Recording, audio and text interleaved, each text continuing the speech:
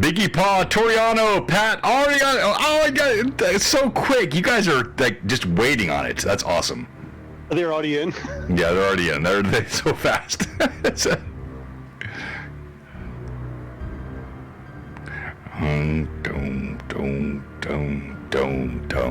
I've had a horrible day. Just be honest. Tough work, tough personal life. Everyone goes through this stuff. We're all dealing with that, and I love jumping onto the stream and joining the game here. Good people, good friends, good fun.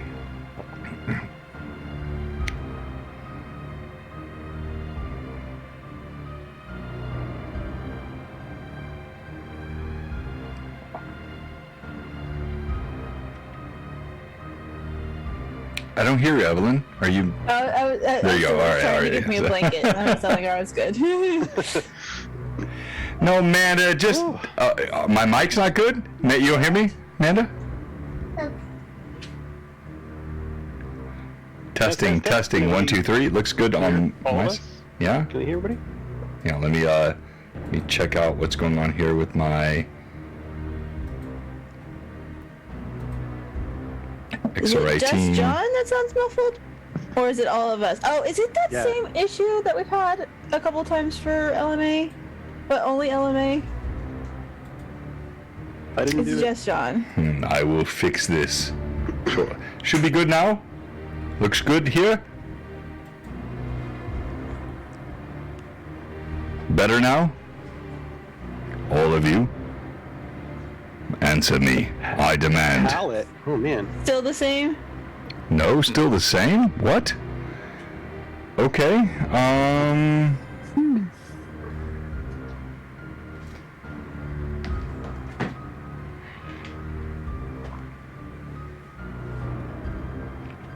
You sound fine to me, so it must be a it's through the thing. Yeah, it's where Evelyn will once again try to make me switch my slobs to. You know, Tom said I have been on that encouragement campaign for a while now. Jack and I are going to go in our house now. Did you switched away from Streamlabs or? No, we've been trying to convince him to. No, I like slobs, and I have so many. Yeah, so. All right, I'm gonna switch mics. It's a mic thing, so go kill that. And how's that sound? Better now? All of you. You sound even better to me now. Twitch land, yes, better. All right. Well. But I don't know about for the folks in chat. For my stuff in Streamlabs, sometimes if I just edit the mic properties and switch it to something else and then back again, sometimes that'll fix if my headset has an update or something. Biggie Paul says a little bit, but not much. Toriano, please, dude. I know this is good. It sounds good. Stop. Sounds cleaner. Distorting. What? Right. We're gonna kick off, and honestly, I won't talk too much tonight. John will be running the show. Demongund, and we love all the things happening with Tailspire. We're so excited, and we're gonna kick off live here with the views and.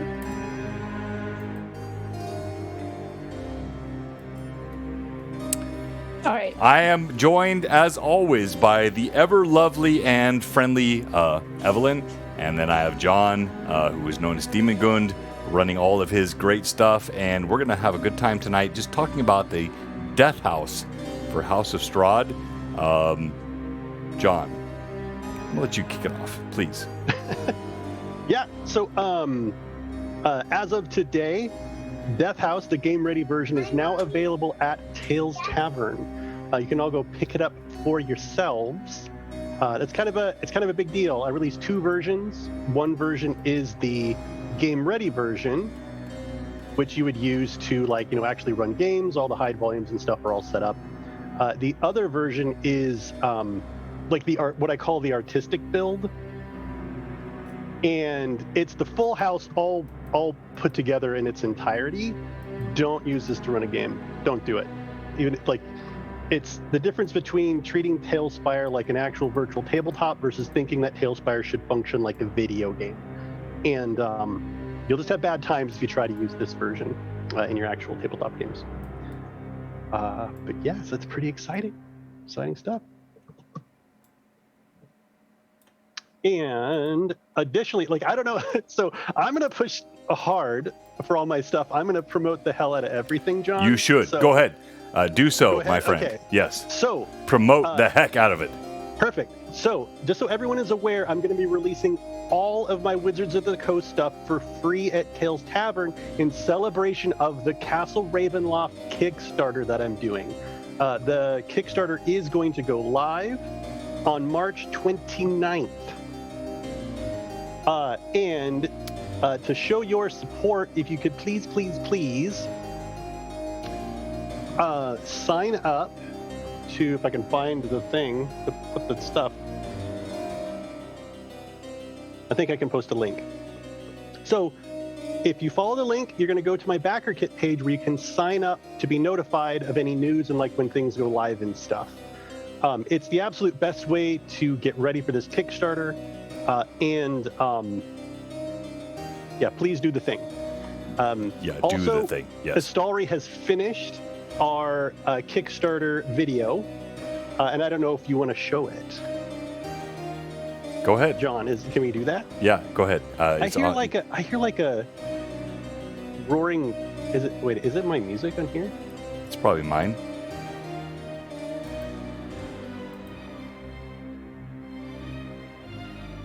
I turned off. Okay, it just sounded like roaring water or wind or something. Is that better?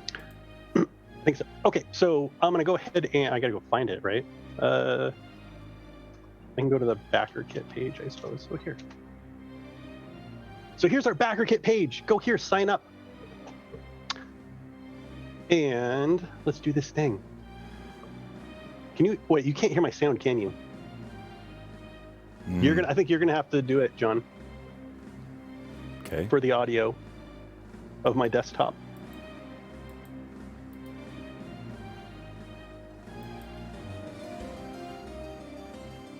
Can you hear me, John? Yeah. Yeah. Oh. I'm looking at the desktop audio here and seeing if I can fix this. Here we go. Properties and.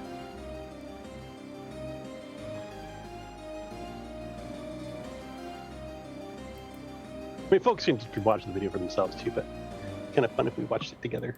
Yeah. So Astalri worked on this video with me. He's an amazing editor. I hope everybody likes it. I'm very, in case you can't notice, I'm very passionate about this. I wanted to do very well. I'm excited to have this project that would unite some of the greatest builders. So yeah, check it out.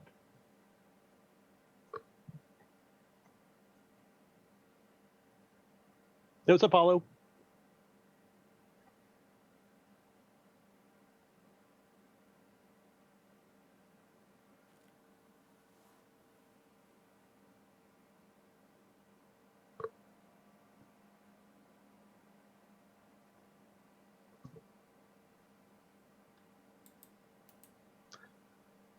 While John's looking up the video and audio, hang on, I have a notepad document with some stuff in it. Okay, so the revisions to Death House that I've made for this particular version, I changed actually a lot of stuff. John had a lot of feedback for me as far as like feeling kind of boxed in. And so what I did was I actually lowered the walls. So what I initially had done was like these walls were all 4 floors tall because it looked neat to have all the tops of the building the same across the various floors. But in practical play, it was actually really obnoxious. I mean, it was like playing with your toys at the bottom of a bucket. just not great. And so, really, my goal with Death House was to have the hide volumes, and there are a lot of them, and they are a pain, to be as intuitive as possible. And so I'm really hoping that people can see this and just realize exactly what they're supposed to do to progress from one map to another. So in the PDF that's available over at DM's Guild, I added instructions for how to transition between boards smoothly. and what needs to be done, like exactly what hide volumes need to be removed. Right. So when you're Hi, Tracy. when your group first arrives, and just feel free to cut me off whenever. I John, will. if you get the- I will. Hey, Greg. Hello, Fox. So when your group first arrives, and I'm going to be, of course, talking from the perspective of a GM. Like I'm talking to all the GMs out there. When your group first arrives, they'll be outside the hollow version of the Death House. The hollow version of Death House allows your party to explore and do all kinds of stuff outside. If you have encounters out there, I always have encounters everywhere, and so I think I always tend to have something like, I don't know, when you're searching the creepy stables, I think is when I usually have something attack, like in here when they're exploring the stables. But when they're outside exploring, they're free to take a look at the building in its entirety, because even if they're kind of like sneaky players and they fly their camera inside, they're not going to see anything. You know, because it's just a hollow version of it. I did the same thing for, was it Bone Grinder? There's Church. I don't know. I did it for one of the other builds too, where it's just like a big hollow version. Hey, And John, Castle real Ravenloft quick. will do the So same we had way. a question in the chat. So Jerry, Adam JR7 had said, "Where do I download the Death House?" So can you post Sure. the link up? Absolutely. So if you go to talestavern.com, and if you're not familiar with talestavern.com, you should definitely get familiar with it. Here is the link. You can go get it there. And you just click the button and it's going to open it in Talespire. There's another version there that's the version that I showed you before.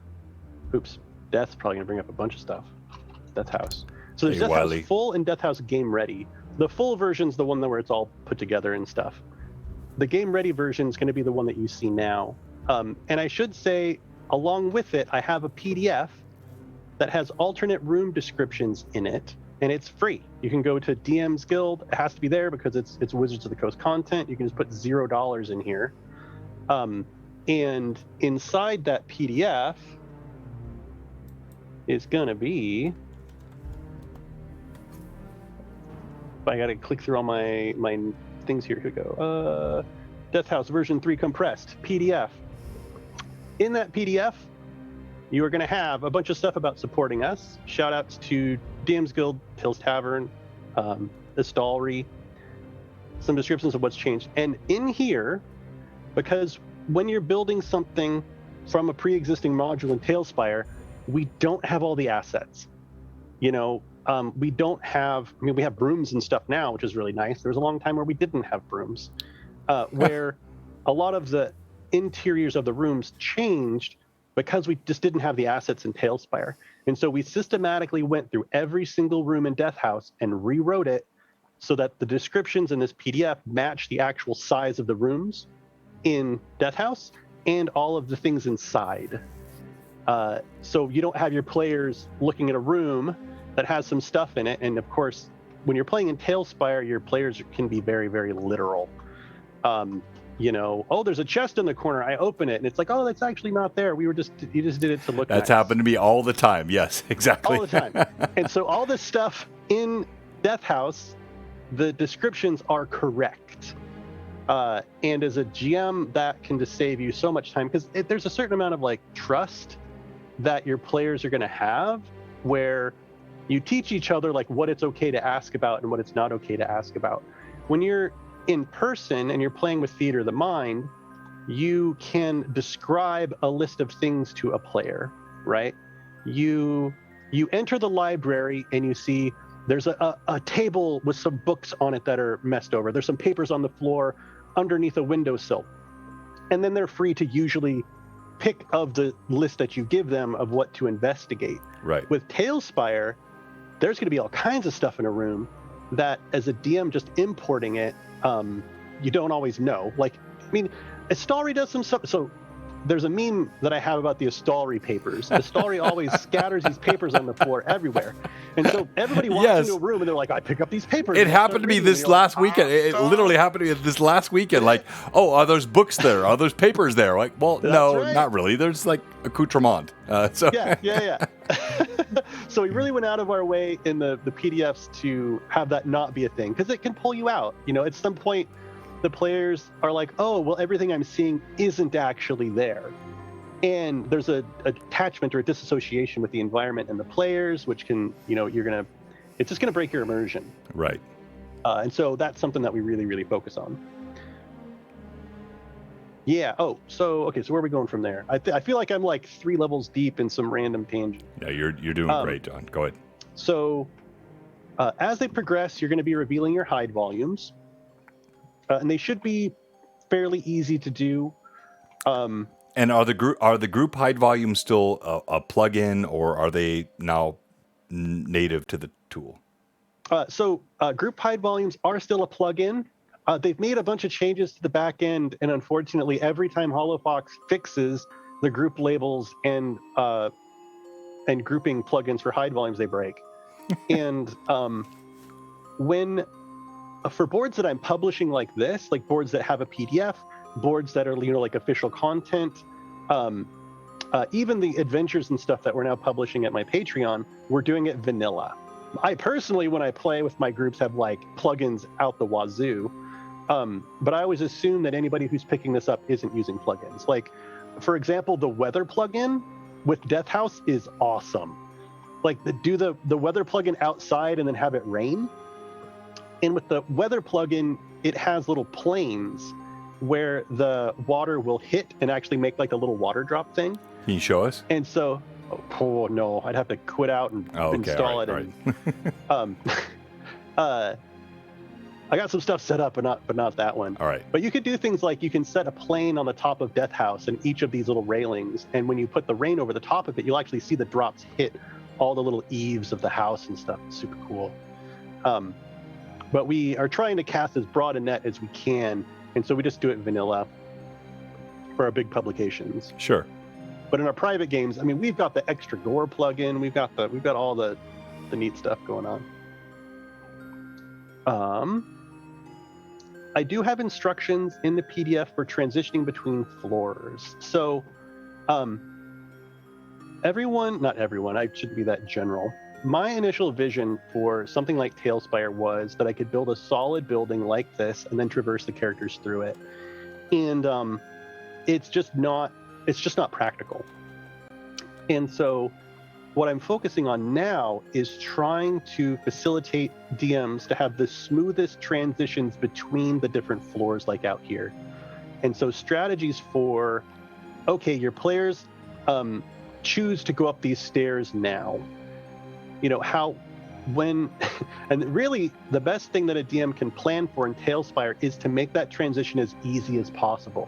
Right. The less time that your players are waiting for, like, hang on a second, let me get your minis over, let me get you to the new board, the better. And I've tried a bunch of different strategies for this. I tried having each board, each slab like be its own board, and then you just like set up on the new board, and then you have them transition over to the new board. I tried all this stuff, and the best experience that I feel like I could provide was actually to do this, to have the floors be side by side, where all you really have to do is just click their unique token and drop it in the new floor. And you can put favorite. I use favorites all the time. So the star, and so you can pull that up if you can show how that works. So yeah. So is it in the unique tokens? Yeah, exactly. So you pull up and go to and they go to humans or elves or goblins or whatever, and then you click the star. It's session based, so it won't persist over the next session. Once you kill the application, it won't show up the next time, but it will stay persistent throughout that session. So that's how I do it. So then Click the expand it. Here it is. There's a little star button in the bottom Exactly, yes. And so everything you've saved as a favorite will appear there. That's how I use my tokens and pop them in quickly in stream. So when they're my players are in a tavern and I think they might walk out on the road or they might go someplace else, instead of like finding each of those, I pull up the star button and I click and have those tokens up. Nice. That's a great idea. I'm sorry. Did I really just say something you did not know, John? I'm shocked. I think you run more games than me. I'm stunned. Like, wow. I learn things through like necessity, right? Like I have this is killing me, and I haven't run enough games to get into the favorites for the tokens. Yeah. So I use the unique tokens a lot. Yeah, I do but too. I also the one plugin that I always do use is the right hand legacy stuff. And so that's usually where I would go for my unique creatures and things. Just because as a builder, it's you have to use the legacy side menu. Right. It's like impossible to use one on the bottom. Where were we? So yeah, transitions are very important. I added instructions in the PDF down here that basically say, okay, when they first arrive, you're going to be, place the tokens on the road. When they choose to enter the house, navigate to floor 1, delete the large hide volume, transfer your tokens in. And so it's just hopefully a guide to help folks ease those transitions. Yeah. I mean, I do the same thing. I lay these modules out side by side. So they're in the forest. I think they might go to the temple. They might go to then you have those close together, and then you can switch over quickly in your stream. That's the best way to do it. Yep. So Death House, I think, marks the 4th of my Curse of Strahd boards that have made it to Tales Tavern so far. The other ones being the Village of Barovia, the Church of Barovia, and I think Bone Grinder Windmill. And I think next Tuesday is going to be Werewolf Den. Oh my gosh, what are all the other ones that we have? Slinka Pass, Werewolf Den, Slinka Pass next week, and then it's going to be Amber Temple the week after that. And I think that'll be all. And then I might do all of the Forge of Fury in one go, depending on if I have time to get the PDFs and stuff put together. And with the goal being that in the past, my Patreon has locked folks from this Wizards of the Coast content and from these big boards.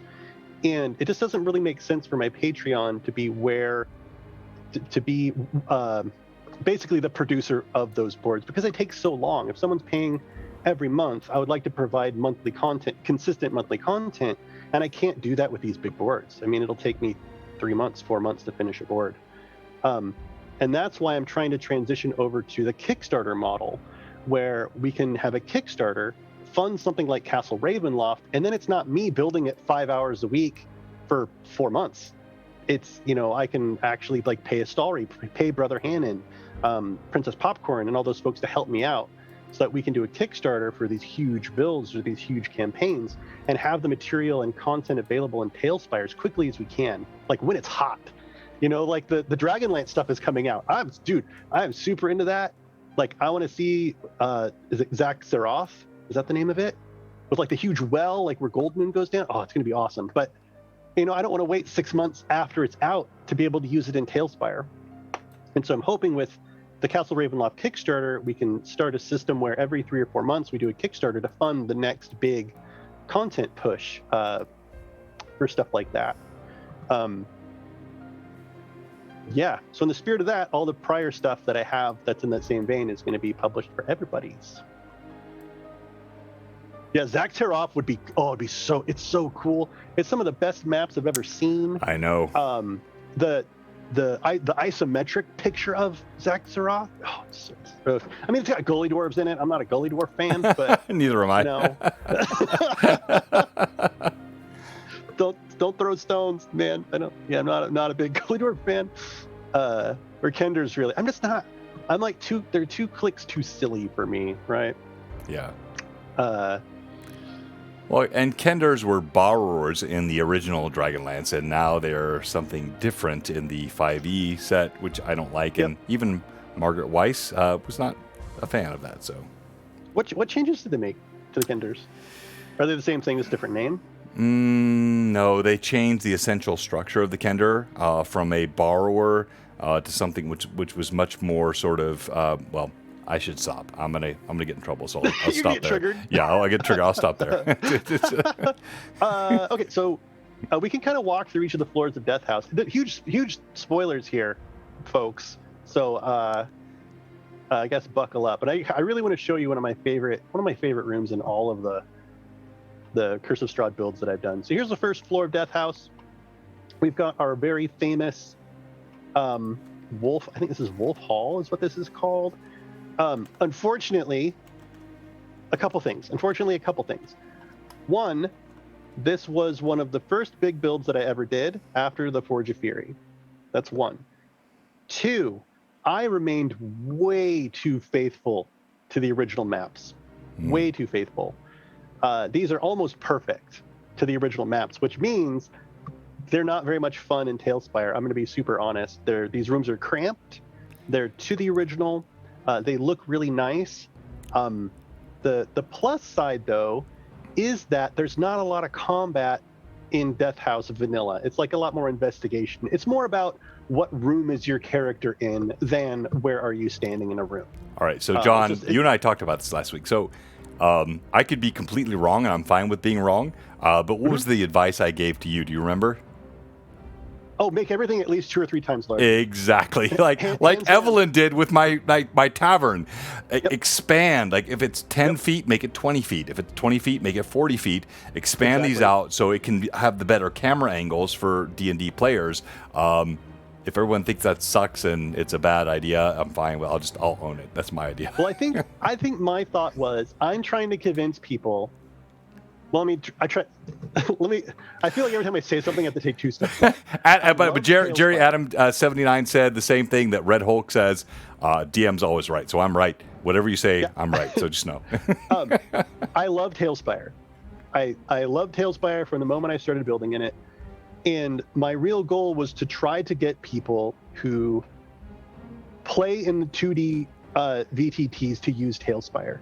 And one of those hurdles I thought at the time, and I don't know how realistic this was that people who are really like map purists, who are like the maps in Death House are a set size because they were specifically designed that way for some very important reason by the original authors, and I was trying to appeal to folks who were hardcore about even though like the Forge of Fury, and that, you know, these are the old school maps and I want them to be as the same as they can be. Mm-hmm. And so I did that, and at the expense of, I think, having it be fun. And now I know I've learned my lesson, and at some future point I hope to do exactly what you had Evelyn do, and that is go back through Death House and make everything at least 2 or 3 times larger. Boom! John is always right. You said it. and it's totally true. It's absolutely true. And you have to just take a step back. You have to take a step back and be like, well, if you look at this hallway, you know, this hallway is 40 feet across. That doesn't make any sense at all. And it's like, exactly. That's fine. Yes. You know, it's like your token's feet aren't 5 feet apart either. And so you have to kind of find a balance between things that are being representative, and if you're in tactical combat where it like really, really actually does matter. And so in those places, by the time I made my way to the dungeon, ooh, I had figured that out. Ooh. Like by the time I made my way to over here, right? So now, actually what's funny is I was going to use this room as an example of like how sizes end up being different, but it ended up being perfect. So a room like this in the original is just fine. Like this is a fine room to have some combat in. If we get over here, this room in the original module was like impossible. I mean, it was so tiny. So tight, yeah. The camera angles are so hard to do, yeah. And I think this whole room here, all of this stuff was due to my viewers buying ferns while I was building Death House. Yeah. But all of this stuff ended up being larger. These halls, I think 10 feet wide was good for these halls. Yeah, those look good. Room. Yeah, those look good. Yeah. And then the boss chamber, I think. Yes. I think was about right. You got it, John. Yes, I remember right. I can run those. That looks awesome. Yeah, so all the places where you can have combat, I think, do have enough room to have a combat. That's, I think, one of the only saving graces about the sizing challenges here. Yeah, but that's the struggle. Like, I always have people that are like, oh, well, it's not how it was before. You know, it's like, well, no, we're in 3 dimensions now. You know, our walls in a 2D map are a point. Exactly. Yes. A point, and it just says this is a brick wall. It's like, okay, wait a minute. Is it a foot thick? Is it 5 feet thick? Precisely. Yes. Is it 6 inches? Like, this is, yeah. Yeah, no, I mean, honestly, that map looks great. I could work with that map. It's got enough room for the combats, even the corridors. Like, drop down, go isometric, low. You can do that. See? Yep. Yeah, exactly. That's what I want. This is a good boss room. And actually, I think we're supposed to have water in here too. So HoloFox mentioned it's this board that I had to implement the HoloFox tax on. My ferns, because I'd be building these boards and people would buy ferns and I'd have to like put ferns in and stuff. And actually what came out of it was this tree. So this tree actually starts here in Dungeon 2 and it grows up through Dungeon 1 here. Excuse me. Well, where do I go? Here it is. So here's a tree root here. Mm-hmm. And it goes up through the front yard to here. Well, I got to lower back my water though. So this tree actually, like, and it's correct, like where it lines up with the whole thing all the way down. Yeah. And it came about because HoloFox kept freaking buying ferns while I was building. HoloFox, come on, HoloFox. Causing trouble. Always. Yeah, no, I like that. So the roots then grow down from there into that. I love that. Boop, boop. So there's a lot of hide volumes here, and they're difficult to deal with. All right, so I think we'll get something different in the future. Right. So John, I think I could be wrong, but if I'm the average viewer and I'm watching you do this stuff, you're super quick, you're fast. All these hide volumes, we have group hide volumes. Some of this is already in Tailspire, but much is still in the mods. How can I, as a DM, not me, but like DMs everywhere, if I want to run this and unhide group volumes and unhide lots of monsters and create that immersive scenario, can I do that currently, or do I have to wait for more updates to the tool? If you're just running vanilla Tailspire, you should still be okay with Death House. If you just look to where your party is walking, Death House, thankfully, is structured that the hide volume should be very intuitive. Like, they come upstairs, right? They want to open this door, you reveal. Some of them are a little weird, like, so they say they open this door. Well, you're going to need to open that, and then it should be obvious that you need to undo that one when they come in here. If they come through this door here, there's going to be this one and this one. And then if they open the door to the closet, you just open the closet. If they open the door to the dumbwaiter, you open the dumbwaiter. And so it should be pretty clear, even if you're a novice, to hide volumes on your way up the building. Even in here, they open a door, reveal a hide volume. It's once you start getting into caves that things get weird. It's when things aren't boxy, because our hide volumes right now are boxy. Once you start getting into the caves, some of them can get a little strange. And all I can say is, before you run a game, try to kind of plot your course. I wish that I could write a guide that just said, as they progress, start with hide volume 1, 2, 3, 4, 5, and like label or number them or something, but I just can't do that in vanilla. You can with some mods and stuff. But really, it's just like getting familiar with it, knowing where the hide volumes are, and then revealing them. All right, John, can I put you on the spot? Yeah. You're going to DM. We got about 30 minutes left on our channel, and sure. Elora will be played by Evelyn, and I will be playing Mandaralin, the Paladin. And I want you to show us, as a DM, as a player group, how we would walk through. You pick any spot on Death House, any spot in the area here, and then we will roleplay this. And I want you to show us how a DM would uncover these hide volumes and run through it. Are you ready? Okay. I'm sorry, I didn't tell you where to. I gotta find a spot. All right. While we're waiting, I am Mandaralin Dembarin, of the House of Tyr, Paladin of the highest order of my father. He struggled in many ways, but I respected him deeply. And I am here to uncover what I know is the demonic power of the House of Strahd. This vampiric demon lives here, and I will wrest him from his abode. I will thrust him from this place, and I will crush him. Elora. You want me as Elora? Yes. Okay. Well, this place put a very dark spot on the earth, and, well, it's throwing everything out of balance, and, well, that's not okay with me, and I really need to put everything back into balance. Balance is, at times, overestimated. The good, the law, the structure. Never mind. Clearly we have an evil enemy. Let us push forward in this place. DM, set up the stage. I'm trying to find a female token. I used the Fae for her. It's a Fae. It's like a druid-looking viney. Go to Fae. Mm-hmm. That one. Yep. This one? That's one. Yep.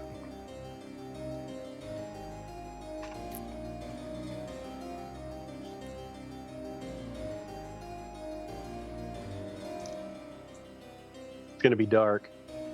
Like it. Looks great. Can make it dark in here too.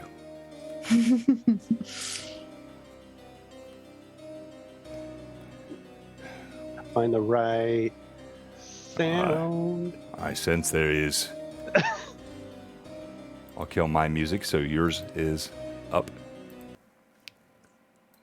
Who knew we were going to roleplay tonight? I didn't know this. Fun.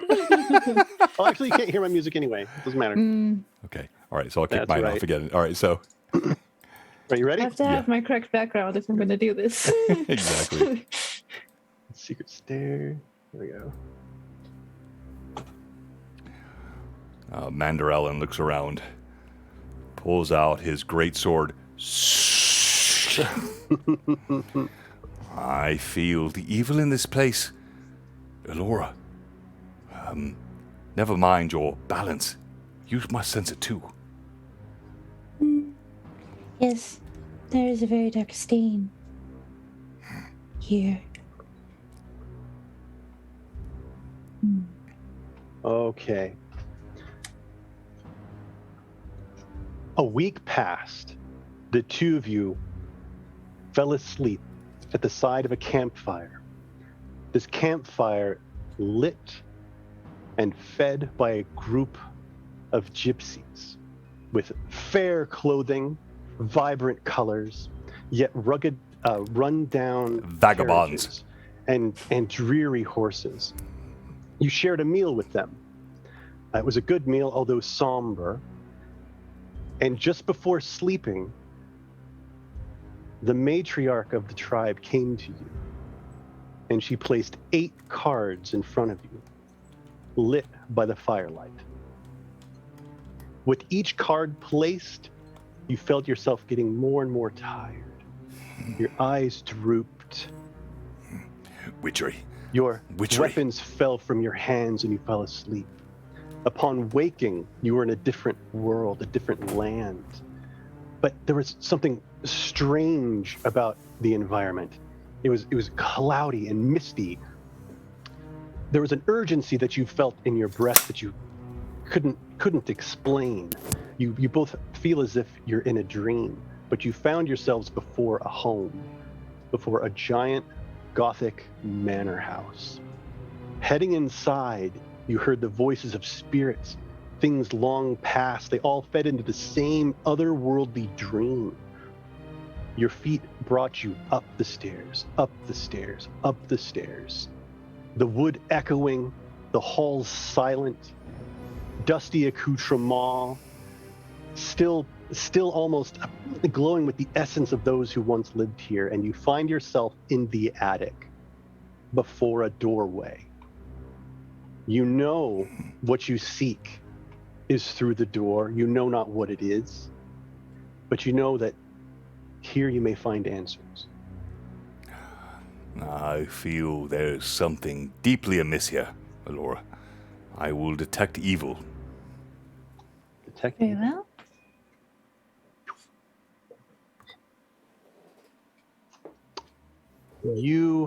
What do you do to detect evil? How do you do it? So I bow my head prayer? slightly. Is Yeah, it it's a brief prayer, a paladin ability. So I'm bowing my head. I pray briefly, and hang on here. I'll fix this because my audio is not working on this. So I'll pull it up for the stream. There we go.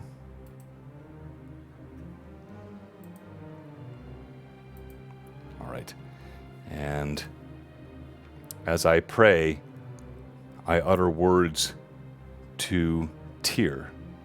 Mm-hmm. You utter. I sense evil here. Guide me, my God. You perform sense evil.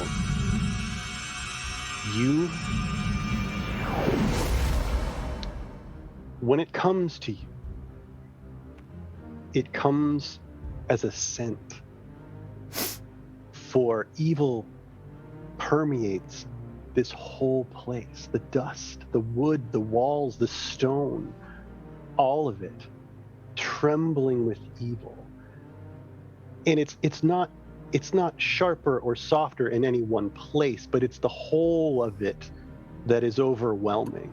And so nothing centering behind the door or other place. It's all sort of an ambient sense of evil all around. Yep, okay. Correct. It is everywhere here, Elora.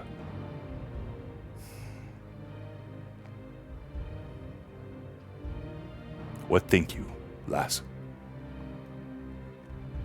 Well, it seems the only way we can go is forward. That door?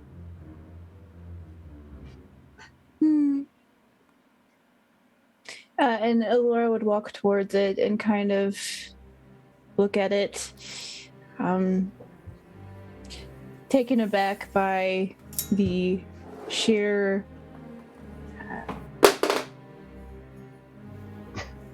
pain of the wood, and feeling the darkness of the taint on what was probably once a grand tree, in which she is, attuned to. Oh, in her... to the trees! Always to the trees! Always to the trees! Your hand on the door to feel it. You would expect to feel, a piece of dead wood in front of you. The ancient remnants of what was once real. And as you touch it, you kind of feel that it is definitely solid. But you also feel as if it's not really a door. It's the thought of a door. It is the ghost of a wooden door. This is no door. It is some sort of illusion, figment.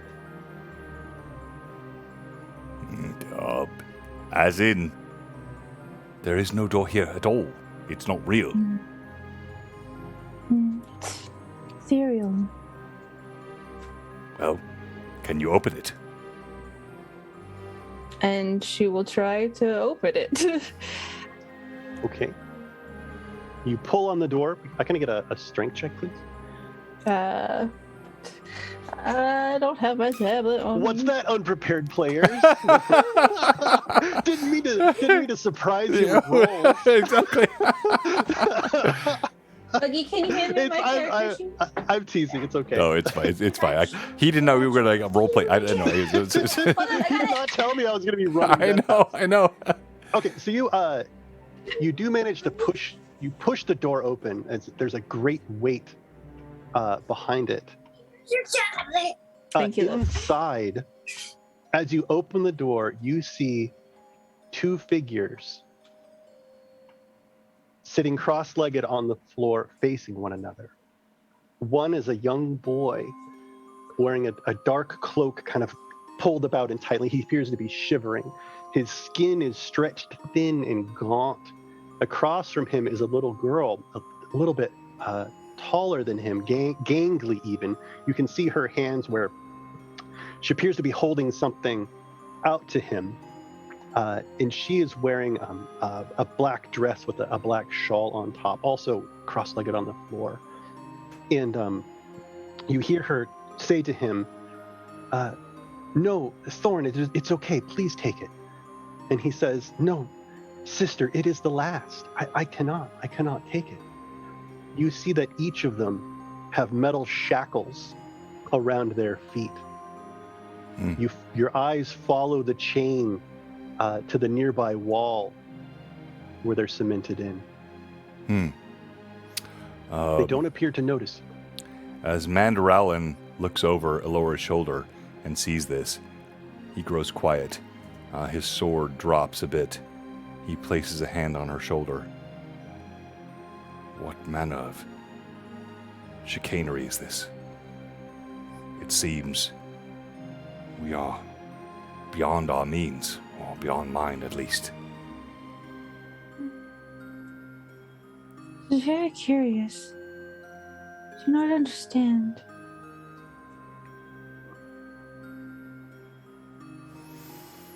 And she You see sort around of them. You see them around them in the room. There's one small bed against the eastern wall, and on the ground appears to be a smattering of bones.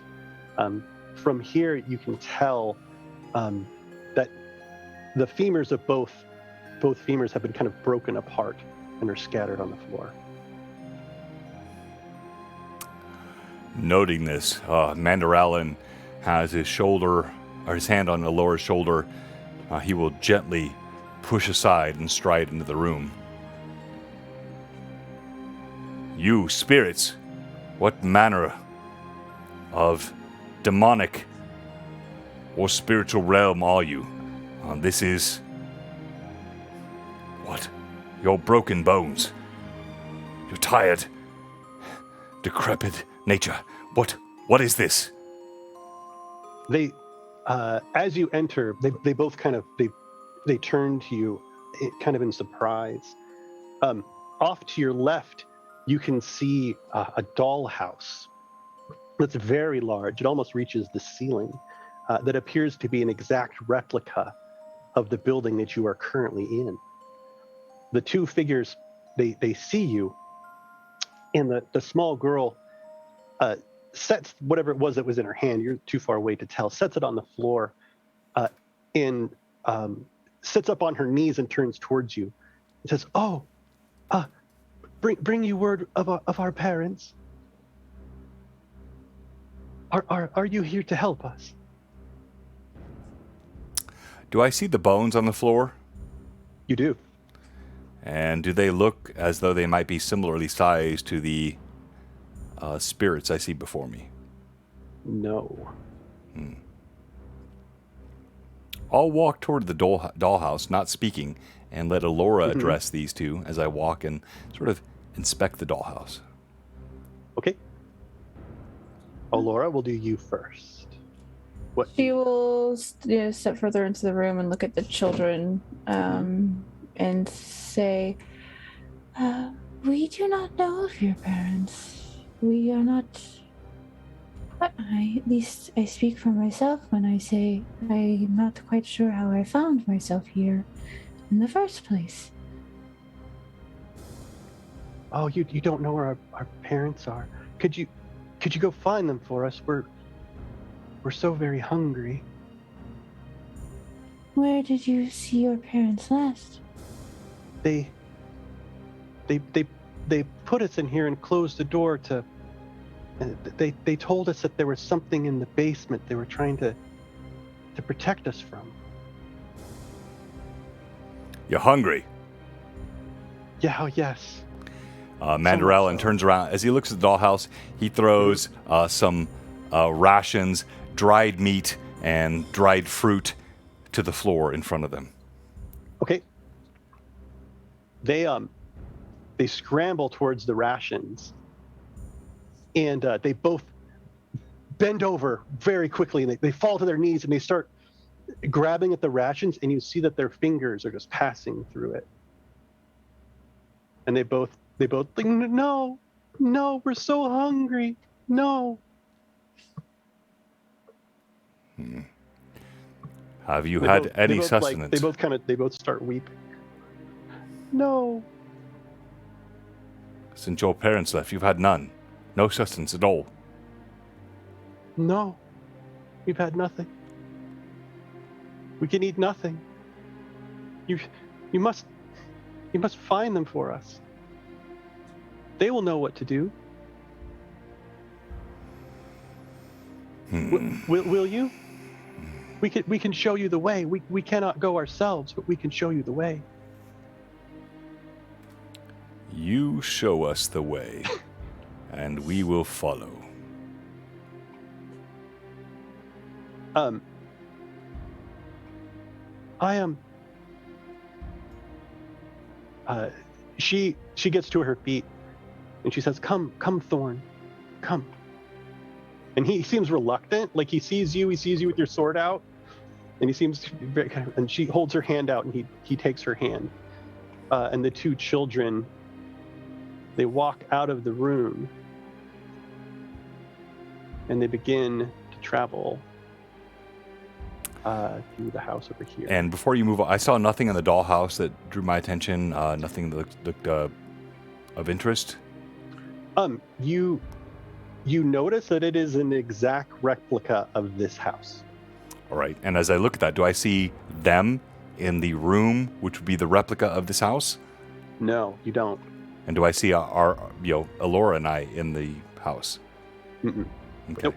All right. And then as I look at the rest of the house, do I see anything obviously threatening in other rooms of the house? We'll say that there are a few rooms that you had been into. Specifically, there is a library on the second floor that you had spent a bit of time in trying to learn the history of what had happened in this place, and specifically to the Durst family.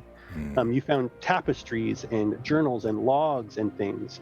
In the dollhouse, you notice behind one of the bookshelves, there appears to be a room which you did not see before.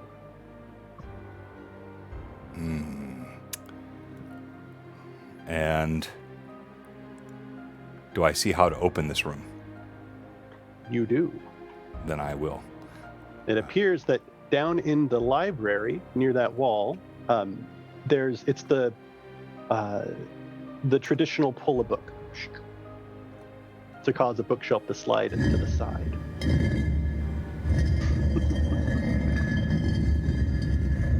Here, Alora, I see something. Are you gonna run back downstairs to the library? Or are you gonna follow the ghosts to where they are leading you?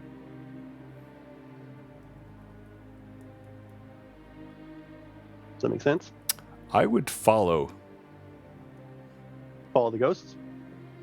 Yes. Okay. They both take you to a doorway, just kind of across the hall. The young girl reaches out her hand and makes the motion of turning the doorknob and opening the door, and passes through.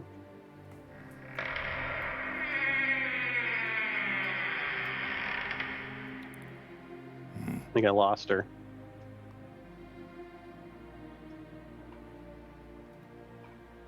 hang on one second. Just Tailspire things. Note to everybody, if you try to move a token into a room that has hide volumes. This is I love this. This help. I fight these same battles, so this is good. Like I do it too. We're role playing, but we're also enjoying the tool, so that's fun. It's awesome. So they walk through. You open the door, and they lead you over to this door. You follow them into the room? Yes. Okay.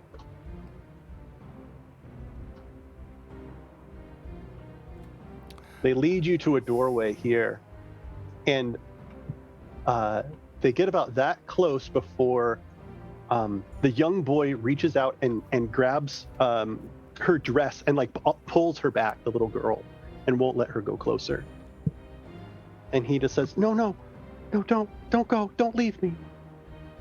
And she takes a step back. She says, like I said before, I'm going to stay here with you.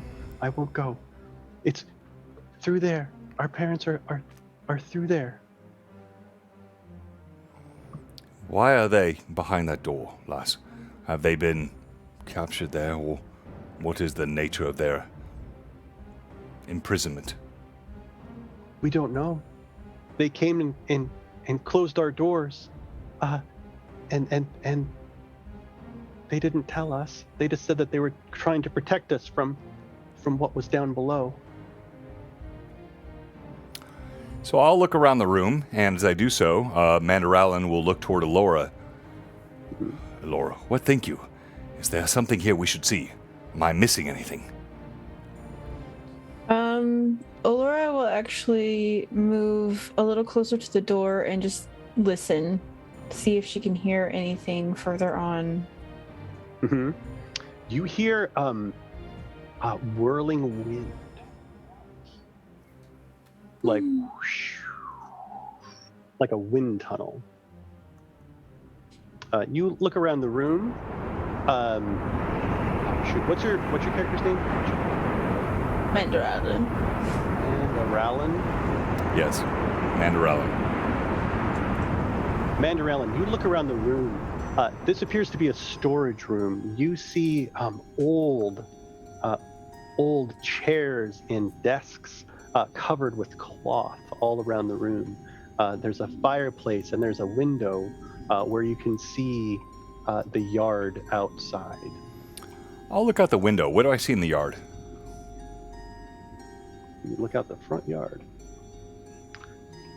All right, what you see, let me zip back over to it. And you have kind of this view out the window. Actually, can't see out the window. Let's try though. That wind is what your house has sounded like for the last 2 weeks. Sorry. So out the window, you see a grand tree that dominates the middle of the yard. There's an old fountain that's been dried up and fell to ruin. These are all things that you pass by on your way here. There's an empty stables, and there's a servant quarters building that has come to ruin.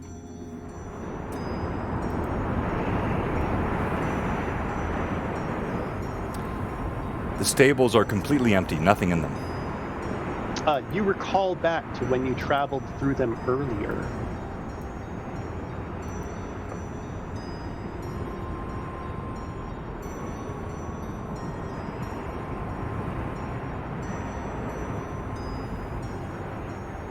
And this is what you remember.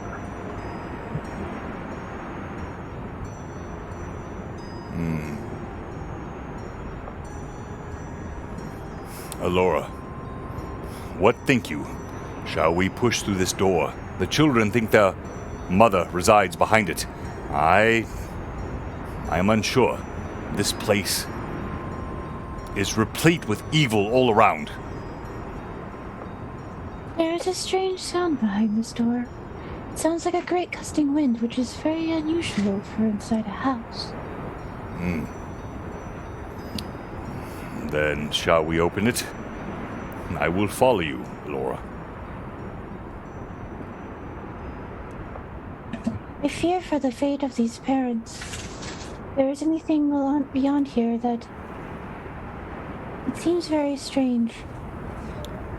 What say you, children? He turns like at his kids. What say you, children? Shall we move through this door? Save us, yes. Then let us do so. Laura. Shall I go through first? You might be more fit for leading the way. Then so be it. Mandaralin takes 2 steps forward. His great sword before him, he pulls it back, leaves it on his shoulder, and kicks the door in with his foot. Boom! Boom! So you not only open the door, you destroy it. Boom! You kick open the door, and the splintered remains of the door are caught up in a powerful updraft. Whoosh! Splinters fly everywhere. You see before you a narrow, switchback stairway leading down into darkness. No handrails to be seen. And it is just extremely windy and loud. And you feel like, you hear from the depths, just on the edge of your mind, you hear a howling chant. There are words in the wind. They're very slow and distant and dark. I sense evil here. Children, fear not. Your parents shall be rescued. Mandaralin will slowly move his way down the winding staircase. You do.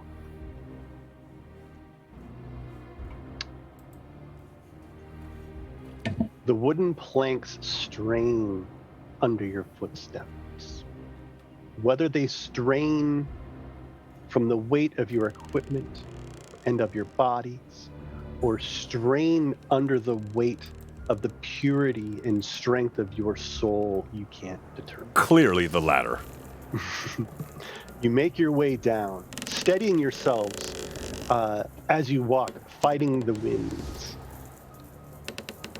At the bottom, you find yourselves, I gotta move you a little bit, at the top of a stone stairway. Where's the transition? Here it is. Oh, now I gotta go find you again. Thank you, Renreb. That's for me.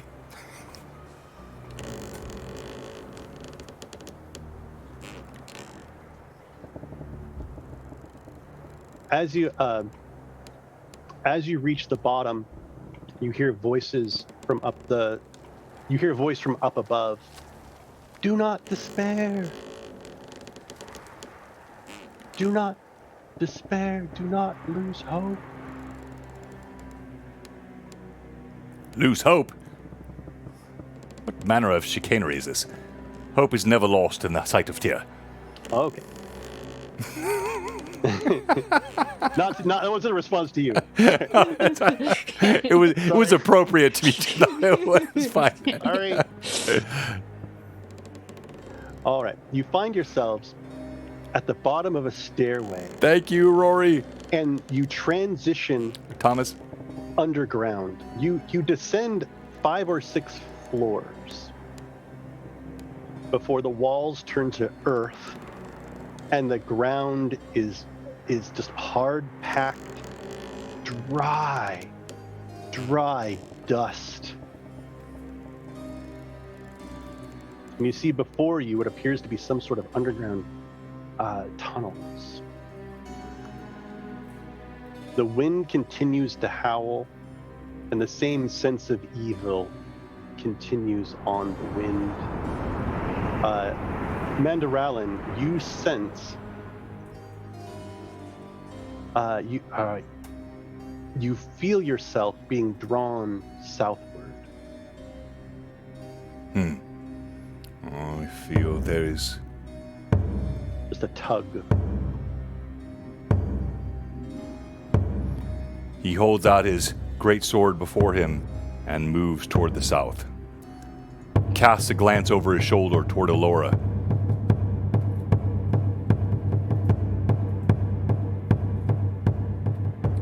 This way. And she will follow. Okay. You travel south.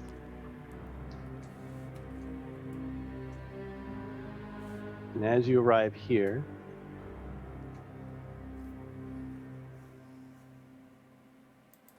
you see tunnels heading off to either direction and a large open room in front of you. You see in the dirt below you, Alora, you noticed this. In the patterns of dirt at your feet, you can tell that it has been an extremely long time since anyone has walked these hallways, but you can definitely see a pathway heading in this direction here. The faintest of a path. It appears that though no one has been here in a very long time, this direction has been walked more recently. Then how could her children, her parents, be here? The children said their parents were down here. How is this possible if there's no disturbance in this area? Oh? We do not know how long ago it was when their parents came down here. So you are suggesting their demise could have been decades or even centuries ago? Possibly. I am not so attuned to spirits as such. Which is why I like you, Alora. All right, then. Which way, say you? We should follow the path, I think, where the last footfalls have fallen. It makes the most sense if we are to find anyone at all. Agreed. So be it. Commander Allen steels himself, holds his blade out before him, and heads down that path. You turn to the west. As you walk forward, you see that the wall, there's another earthen wall in front of you and two stone doorways on either side. The path that Alora saw, one leads to each.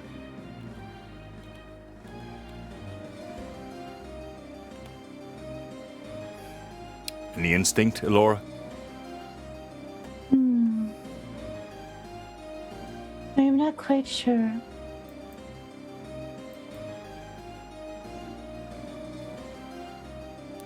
Then,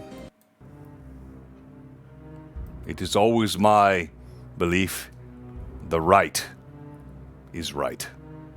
And he turns toward the door on the right side and opens it. You open the chamber, and inside you see a stone sarcophagus sitting atop a stone, several rough cut stones with a stone sarcophagus on side, inside an earthen tomb.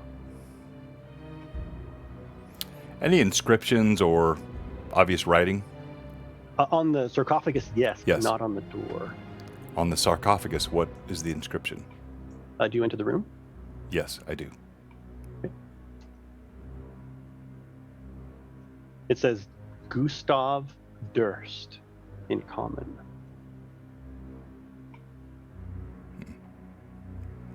Is this the father of the children? From the books that you have read in the library, the logs and diaries, Gustav Durst would be the father of the children. As I thought. Have I any sense, Dungeon Master, how old this sarcophagus might be?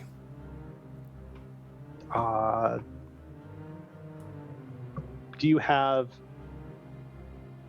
stonemasonry history? That'd be like an investigation, I suppose. Is your character trained in investigation? No, But again, I don't have a character because we just did this randomly. So I'll roll. It seems Oh, like this I is rolled a always big been fat 1 on the d20. So no, like mislead me, sir. You examine the coffin, and you think that it is surprisingly new considering the environment. It doesn't make a lot of sense, but you don't see any scratches or dings or marks in it that would otherwise indicate that it was. Deception, Elora. Clear deception. This is a recent coffin. Nothing has happened here beyond the last few years. The children are deceiving us. Or perhaps your eyes do. I'm sorry. What did you say? I said perhaps that your eyes are not I might be deceiving you and are not as fine as you might think they might be.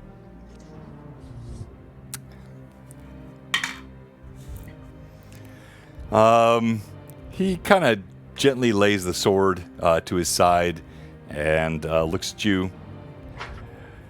Very few can speak to me in such a manner, but I trust you, Elora.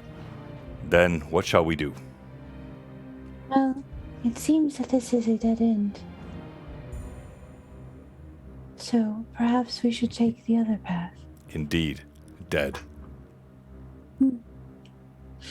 And so Alora will turn and head back a little bit and toward the other door. Okay, you go check out the other door. Mm-hmm. As she does that, when she walks out, Mm-hmm. Mandaralin will not follow. He grabs the edge of the sarcophagus lid and pulls it up. Do I have 2 in there? Lifts it and tries to look beyond what's inside. That's interesting. Hang on, let me. These are the old assets, so. Here we go.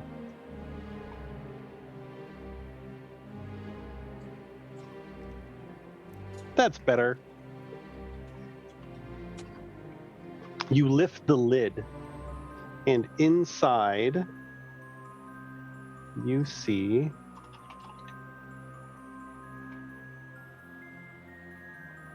a body. It's a kind of a desiccated, mummified body, arms crossed, still. You see below its crossed hands, and so there is actual, like, there's skin on it. It's not just a skeleton. You see where there's been a hole cut in the chest, just underneath where the crossed hands are. And can I tell, was it male or female? It's a man. It's definitely a man. And the hole is cut sort of in the sternum below the hands, crossed across the chest. Mm-hmm. Correct. I look inside the hole. Is there anything inside that hole? It's it's dark on the edges. Like, there's no blood or anything that you can tell. It's just a black charred flesh. At the bottom, you see what appears to be a key. A simple golden key, about 2 inches long. Tyr, bless this. You know everything I do is done for righteousness, none meant for greed. I think there's something here. And I reach in and I pull the golden key out. You pull the golden key out. Mm-hmm. You reach your fingers in and grab the key, and you're pulling it up, and you feel like there's something hanging on, something stretchy. And as you do so, its eyes open. Not my heart. Sleep. In its place, Sleep, lad. in its place, you see. Oh, if I can get a hold of him. Come on. Elora! I'm in trouble, lass! Uh-oh. Gustav Durst stands up. Similarly, as soon as you shout, Elora, that door opens. And out steps a woman, desiccated, still wearing the blood-red dress that you saw her wearing in the portrait in the library, Lady Durst.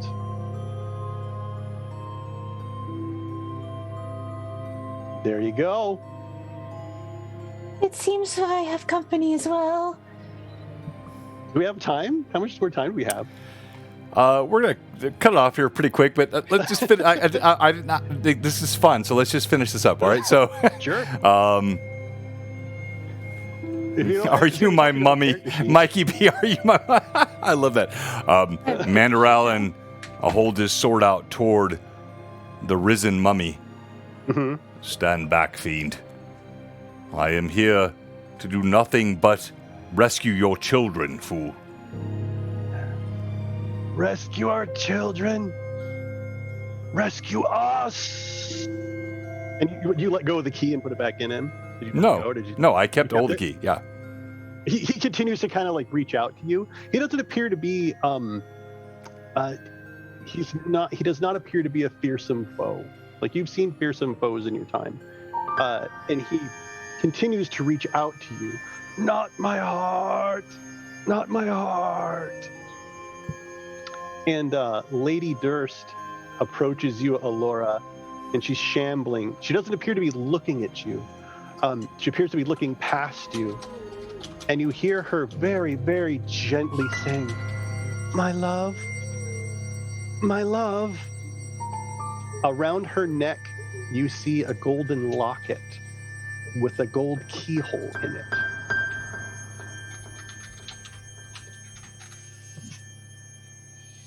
I think it's Alora. What do you do when you see her approaching you? You? What are you searching for?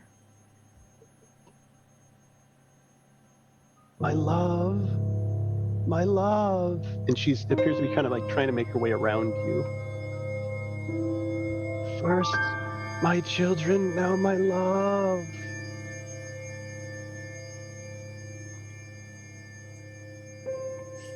Do you do anything as she passes Yeah, by? Laura's gonna kind of turn around and just kind of follow. She doesn't seem to be acting hostily currently, so she's just going to keep an eye on her very curiously and stay close to her. Mm-hmm. Mandaralan, you see the woman that I described before in a flowing red dress that you recognize from a portrait in the library of Lady Durst. And you see her approaching. And she's actually, you see her, she's looking at you, and she's just saying, "My love, no, my love. We will be together forever. My heart." And he continues to reach out to you. And do I see the same thing Alora saw in the female? The locket, you do. Yeah, I do. This is where I would have you roll probably like insight or wisdom check or something. Okay. As you hold, go ahead and roll it. Roll it on Tailspire. Do it. Oh, sure. Yep. I will roll it. I think you can probably see my rolls. We can. This is your probably insight check, I would say. Yeah, it'd be a perception on Pathfinder, Perception but or- yeah, perception insight. or Yeah, insight. good. Yeah, so A 9.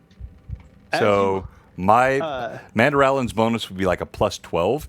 He's high level, so Bang! yeah, he's gonna be a 21 total. I'll trust you. So in this situation where you have Gustav reaching out to you, and you have Lady Durst also kind of reaching out to you, and you have this key in your possession.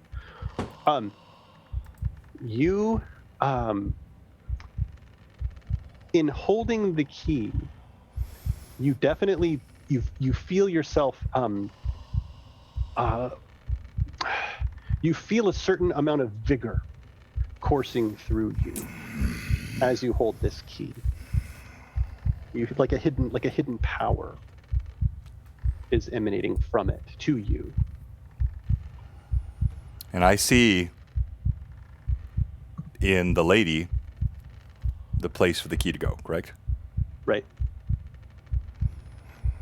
Laura, stand back.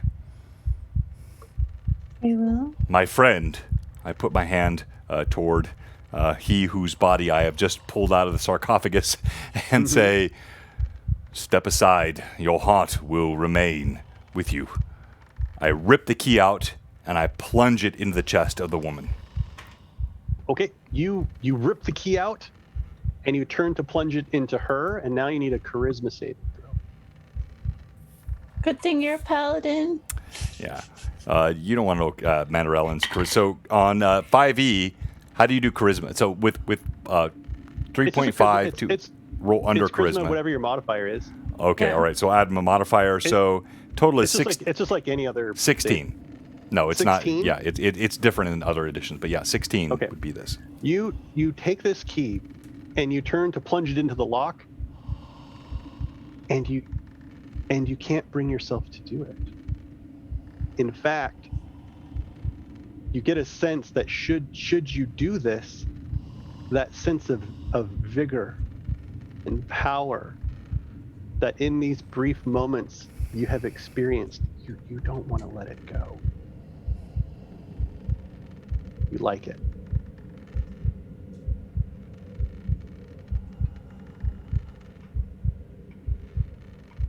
So roleplay it how you will, but you have discovered an artifact that will give you bonuses, but you cannot bring yourself to part with it. So it is kind of up to you with how to roleplay that out. Well, Mandarellin is probably the worst possible character to have in this scenario because he is all about discipline and doing what's right. But welcome to Barovia. he struggles. And Alora, you see his hand trembles as he holds the key in one hand just away from the chest. And my heart, we must be together forever, please. Dear, aid me. This makes no sense. My God, help me.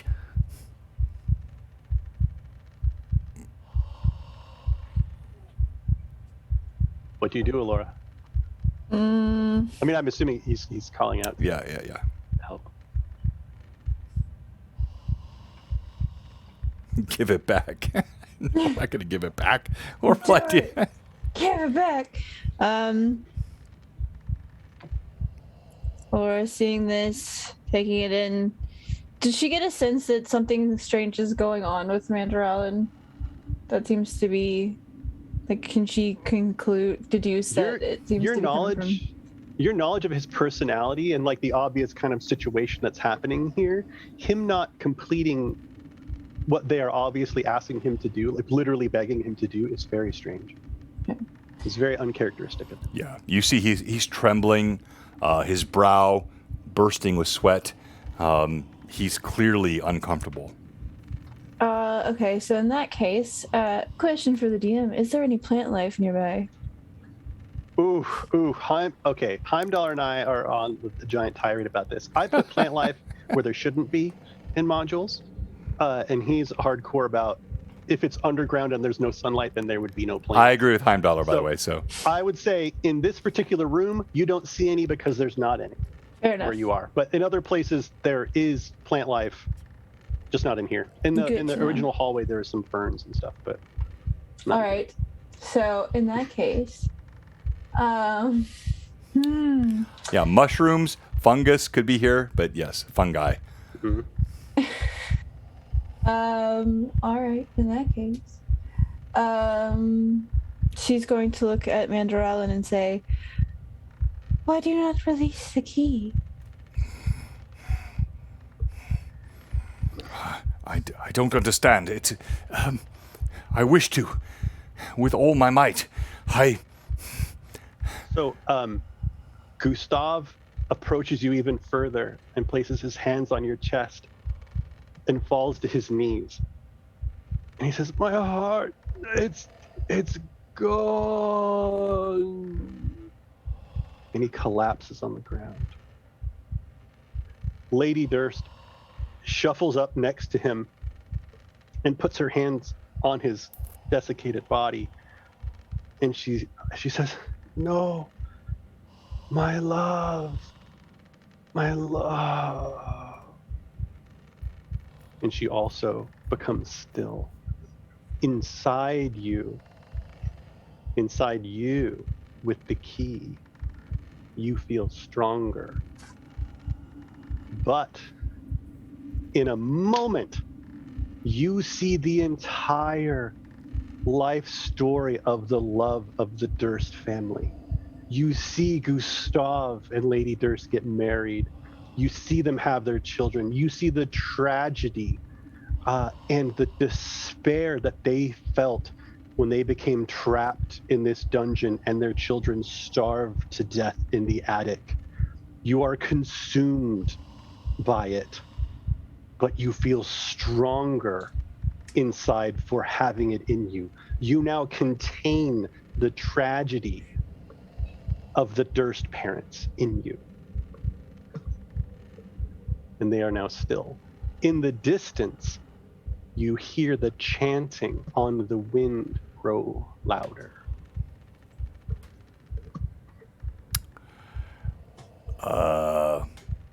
Wow. Well done, John. Well done, sir. I love it. That was awesome. Mandaralan's got to figure out what he would, because he's a paladin of the highest order, and have something of an artifact, even with power, that interrupts his sort of holiness is deep. But you killed that, and the way you worked through the hide volumes and the unhiding, and so anything you'd like to talk to us about before we close off on how you did sort of the construction of the Tailspire tools, because your DMing was incredible. Okay, wait, what now? What do you want to know? Sorry. Like how you did all the unhides and the hides and the minis and the terrains, all the stuff, all stuff you did. It was so like natural for you. But if players are watching and DMs are watching, they're like, well, how do you do that? It was so fast, so quick. Yeah. So really, please study the maps and the hide volumes before a session. That I can't stress that enough. I am absolutely intimately familiar with the hide volumes in this particular map. And so that's where I'm able to do it like pretty quickly. They should be such that you can kind of know where they're going to be revealed, where your party is moving. And maybe while your bard is figuring out what bard spell they want to cast, right, kind of have in your mind, okay, down this hallway is going to be this one, this one's going to be that one. You'd be actually surprised how much downtime a DM has. When I can throw a monster at you and suddenly you're tied up for 20 minutes, trying to figure out how to kill it. It's just practice, get to know the maps really well. Moving tokens, I use the teleport thing where you shift left click to teleport tokens around. As a DM, I almost never click and drag. Trying to think of what else. This is Barovia. Like, the spirit of the Curse of Strahd is that no good deed goes unpunished. And really, don't play a character that you don't want to fundamentally change heading into a Curse of Strahd game, because you always run into stuff like this. If it wasn't this, there'd be some other terrible decision you have to make where no matter what you choose, you absolutely devastate somebody or yourself. And they're really hard decisions too. I mean, it's like, do you chop your arm off or do you save these people? I mean, and it's things you can't go back on. And it's one of the really cool things about the Curse of Strahd campaign is that the whole thing is just riddled with it. There is no right, there is no wrong. It's just this ultimate sense of despair, I guess. Love it. Love it. The little wins you do get feel really super good. Yeah. Yeah.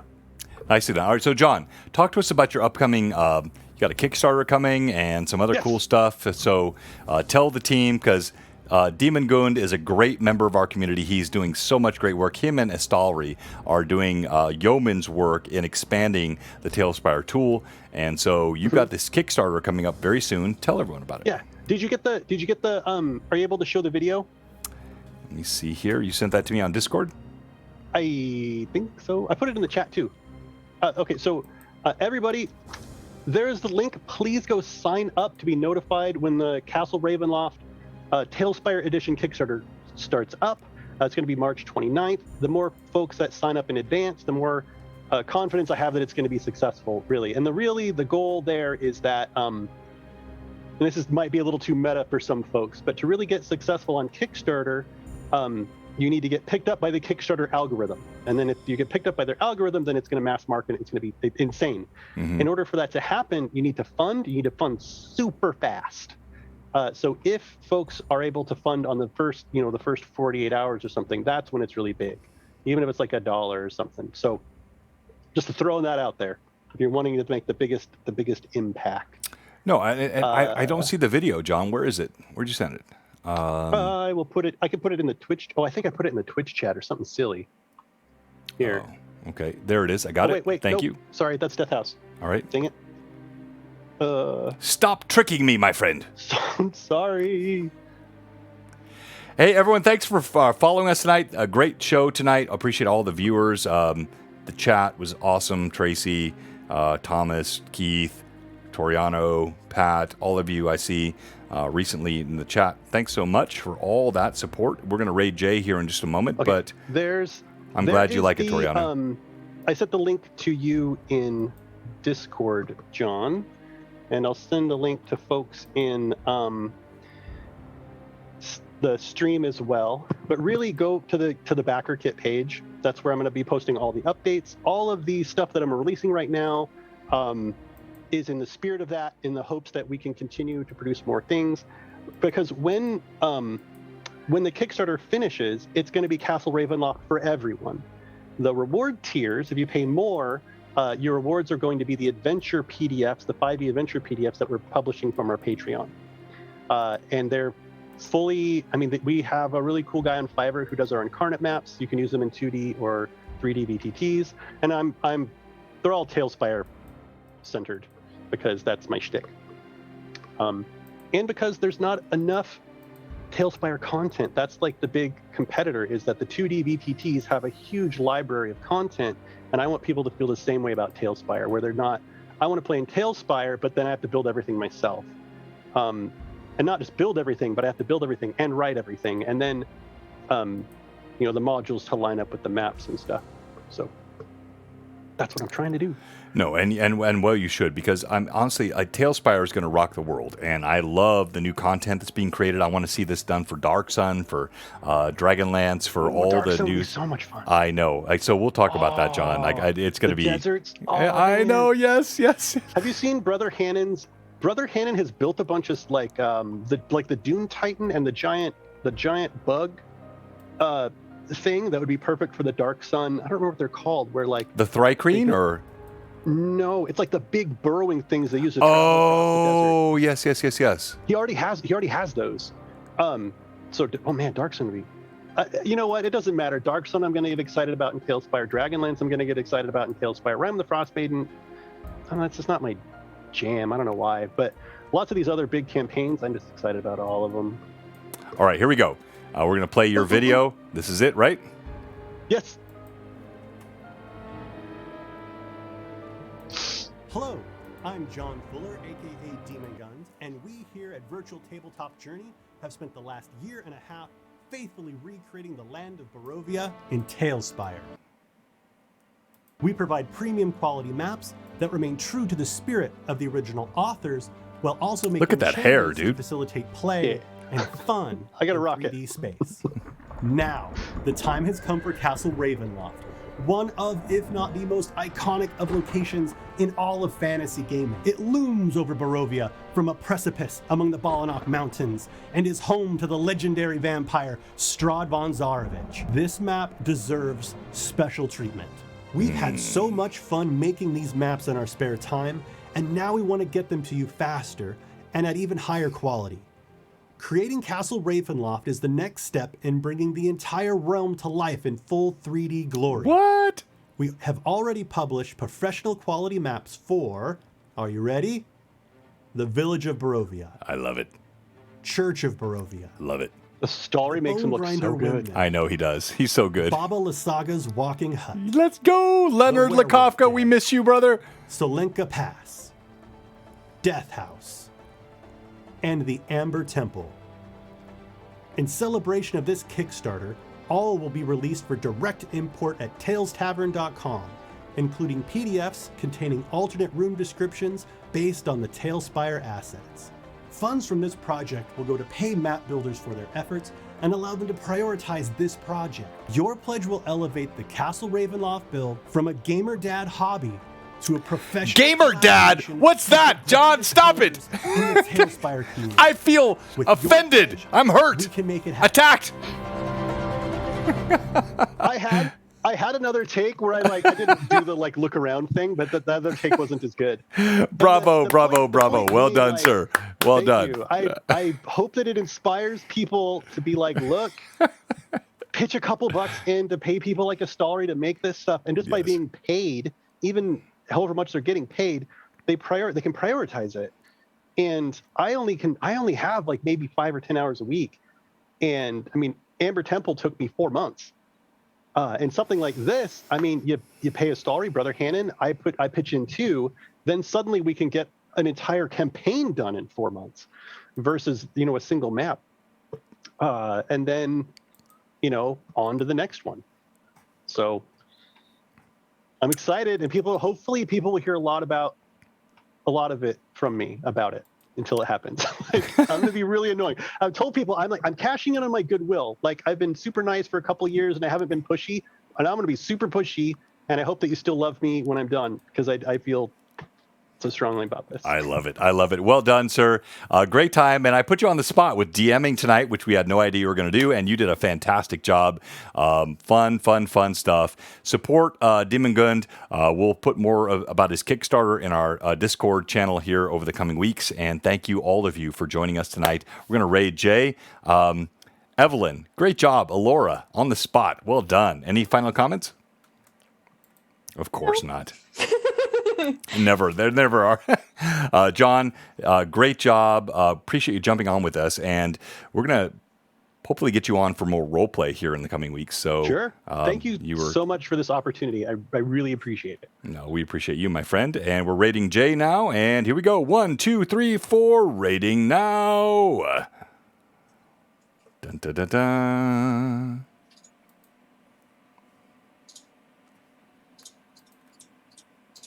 Three, 2, and 1. Go. There it goes. Yay.